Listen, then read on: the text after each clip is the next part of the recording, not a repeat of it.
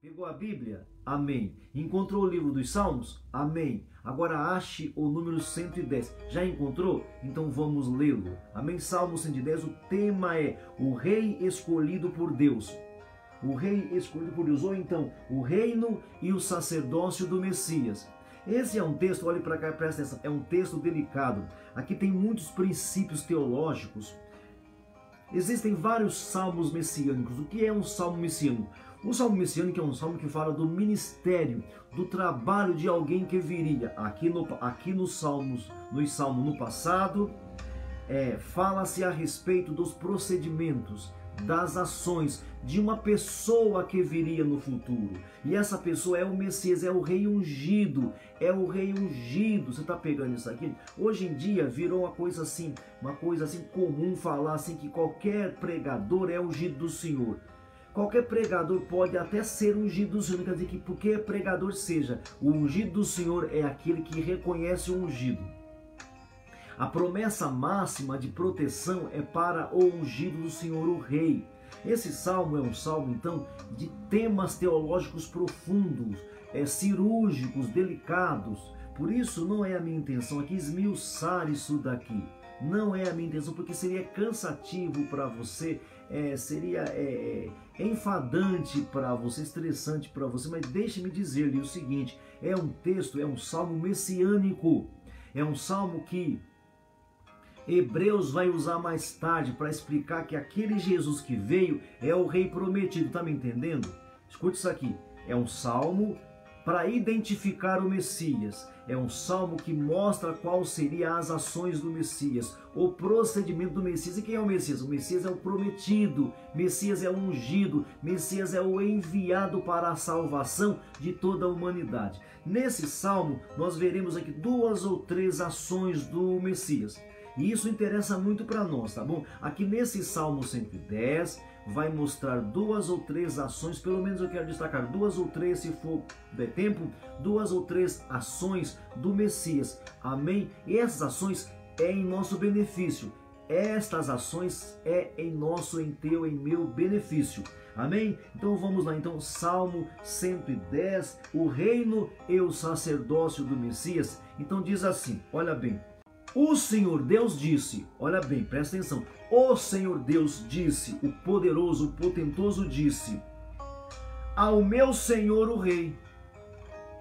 O Senhor Deus, o Senhor Todo-Poderoso disse, ao meu Senhor o Rei. Olha só, Deus o Todo-Poderoso chamando uma certa pessoa, um certo ser de meu Rei, meu Senhor.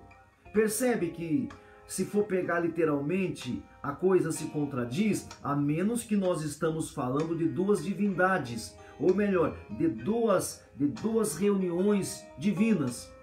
Entenderam? Então, o Senhor meu Deus disse ao meu Senhor e Rei. O Senhor Deus disse ao meu Senhor e Rei. Disse o quê? Olha isso aqui. Sente-se ao meu lado direito. Ele nunca falará isso para nós, irmãos. Nunca falará isso para ti. Sente-se ao meu lado direito. Tipo assim, vamos direito ainda. Não é esquerdo, é direito ainda. Perceberam? É isso que o Hebreus vai dizer no futuro. A quem o Senhor disse essas coisas? Ele nunca falou aos anjos. Ele nunca falou aos poderosos da terra, ele nunca falou aos querubins, aos serafins, não. Ele disse isso apenas para Deus. Deus dizendo para Deus. Tem 2 deuses? Não. É um Deus só e 2 pessoas, 3 pessoas, como você sabe. Entendeu? Por isso é um salmo delicado, cirúrgico de tratar. E muitas pessoas se perdem aqui porque não tem assim o conhecimento interpretativo da Escritura. E aí se perde e começa a falar asneira. Tá entendendo? Então, o Senhor Deus disse ao Senhor o Rei, sente-se ao meu lado direito. Do meu lado direito é o Todo-Poderoso, meu irmão. É o Todo-Poderoso, minha irmã. Isso só é dito para o Messias. Isso só é dito para o Messias. Mas e quando o pastor, ele fala para nós, a igreja, que nós sentaremos um à direita e outro à esquerda dele? Sempre a partir do Messias. Sempre tendo o Messias como referência. Sempre sendo Jesus a nossa geografia. É sempre ao lado de Jesus. Sem Jesus não há ninguém sentado. Por isso que é um ponto cirúrgico e delicado de se falar. É sempre Jesus sendo o nosso ponto geográfico. Não é ao lado de Deus o Pai. Não, é ao lado de Jesus o Pai. Porque Pai é Jesus e o Pai é o El Shaddai, é o Senhor Deus. Sente-se ao meu lado direito até que eu ponha os seus inimigos debaixo dos seus pés. Que coisa! Não deveria assim, até que eu ponha os inimigos debaixo dos meus pés? Deus dizer? Não, ele fala assim, até que eu ponha os seus inimigos debaixo dos seus pés, Messias, Rei ungido, prometido. Amém? Então assim, é Deus falando com Deus, porque mais tarde o autor aos Hebreus vai dizer, Deus nunca disse aos anjos, Deus nunca disse aos homens poderosos, Deus nunca disse aos querubins, aos serafins, mas com relação ao Messias ele disse, no dia em que o rei, verso de número 2, ó rei, o Senhor Deus atenderá desde Jerusalém, estenderá desde Jerusalém o poder do Senhor. Domine os seus inimigos, disse o Senhor Deus, no dia em que o Senhor, ó rei, os combater, o seu povo se apresentará como voluntário, como orvalho de madrugada, os jovens se encontrarão com o Senhor nos montes sagrados. Agora veja isso daqui. O Senhor Deus fez esse juramento, o Senhor Deus fez este juramento e não voltará atrás. Esse mesmo Senhor que diz no primeiro versículo, o Senhor Deus disse ao meu Senhor o Rei. O mesmo Senhor, o Senhor Deus disse ao meu Senhor o Rei, assenta-te do meu lado direito. Ele está falando para o Messias, para Jesus. Depois no verso 4, o Senhor Deus fez esse juramento e não voltarás atrás. Disse o quê? Qual juramento? Você será sacerdote para sempre. Está dizendo para o rei Messias, para o rei divino, na ordem do sacerdócio de Melquisedeque. Ó rei, Deus está do seu lado direito. Ó rei, Deus está do seu lado direito. Ó rei, Deus está do seu lado direito. Deus dizendo para Deus, senta-te ao meu lado direito, e depois Deus está do seu lado direito. Percebe que a questão aqui entre eles não é a geografia, não é o posicionamento, é o poder. É o poder. E derrotará reis no dia em que se irá. Olha isso aqui. Ó rei, Deus está do seu lado direito e derrotará reis no dia em que se irá. Ele julgará as nações, cobrirá os mortos no campo de batalha e no mundo inteiro derrotará reis. No caminho o rei beberá água no ribeirão e se levantará vitorioso. Então deixa eu me separar então 3 ações do nosso Senhor o Messias. Primeiro, ele estará sempre no controle, ninguém dividirá com ele o poder supremo. Ele não divide com ninguém o poder supremo. O poder supremo está nas mãos do nosso Senhor, do Messias, de Jesus o Cristo. Ponto. Ele sempre reinará. Segundo, ele é o nosso sacerdote. Presta atenção aqui, que isso aqui te interessa e me interessa. O que quer dizer quando fala que Jesus é o sacerdote para sempre? Segundo a ordem de Melquisedeque. Porque a ordem arâmica é limitada, é temporal.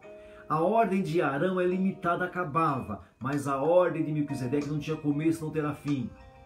É isso, a eternidade do sacerdócio de Jesus. E o que é o sacerdócio? E o que é o sacerdócio? Proteção, salvação, libertação. Sempre ele intercederá. O sacerdote é aquele que intercede por nós na presença de Deus. Por isso ele está na presença, por isso ele está ao lado direito de Deus, e Deus está do seu lado direito, porque ele é sacerdote, e isso nos interessa, porque ele, como sacerdote, vai perdoar os seus pecados, vai proteger a sua alma, vai guardar a sua cabeça, vai te libertar dos inimigos. Isso é importante, meus irmãos. Então ele é o Rei Supremo, ele estará sempre no controle supremo.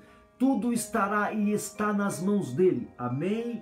Tudo, você, eu, nós todos estarão nas mãos dele. Amém? Segundo, ele é sacerdote para sempre. Ele veio para nos salvar, para nos libertar, para nos restaurar. Está pegando isso daqui, meu irmão? Ele é o intercessor. O sacerdote é aquele que intercede a favor do seu povo.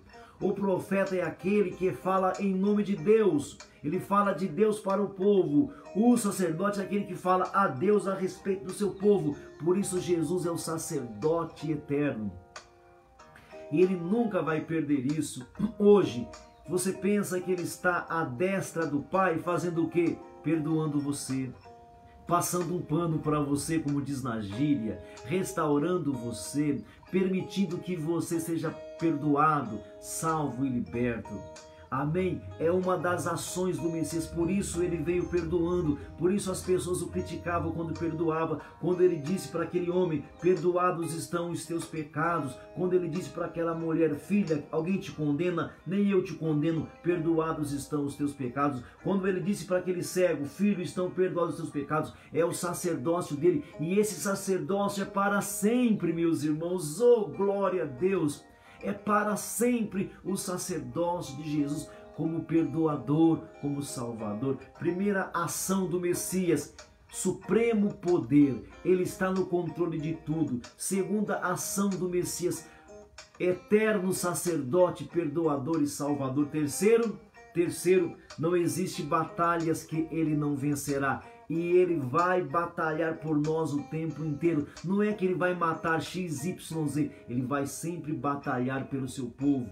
Não quer dizer que esse povo não partirá para a glória antes da hora, não quer dizer isso. Que esse homem, que essa mulher não partirá para a glória, quer dizer que ele sempre estará no comando de tudo. Fala assim, olha só, ele vai julgar as nações e cobrirá os mortos, cobrirá de mortos os campos de batalha, ou seja, ele sempre vai estar julgando. Ele está no julgamento de tudo, desde agora, e um dia haverá um julgamento final. Então aqui 3 ações.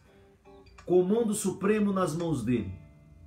Segunda, sacerdócio eterno, salvando, libertando e restaurando você, perdoando você. Terceiro, ele é juiz dos mortos e dos vivos. Ele é juiz o tempo todo. Ele vai julgar e vai chegar a hora em que todo joelho se quebrará, toda língua se dobrará, confessará que ele é o Senhor. Amém, meus amados, minhas amadas, estamos entendidos? O Senhor Deus, o Messias, está no controle de tudo, está salvando, sempre salvando, e é juiz para sempre. Amém, amados? Você pegou então para a sua vida cotidiana o que te interessa aqui para a tua vida cotidiana. Ele é teu salvador, teu perdoador. Os judeus deveriam identificar isso e reconhecê-lo como Messias. Os salmos messiânicos eram para reconhecer o Messias e os judeus não reconheceram.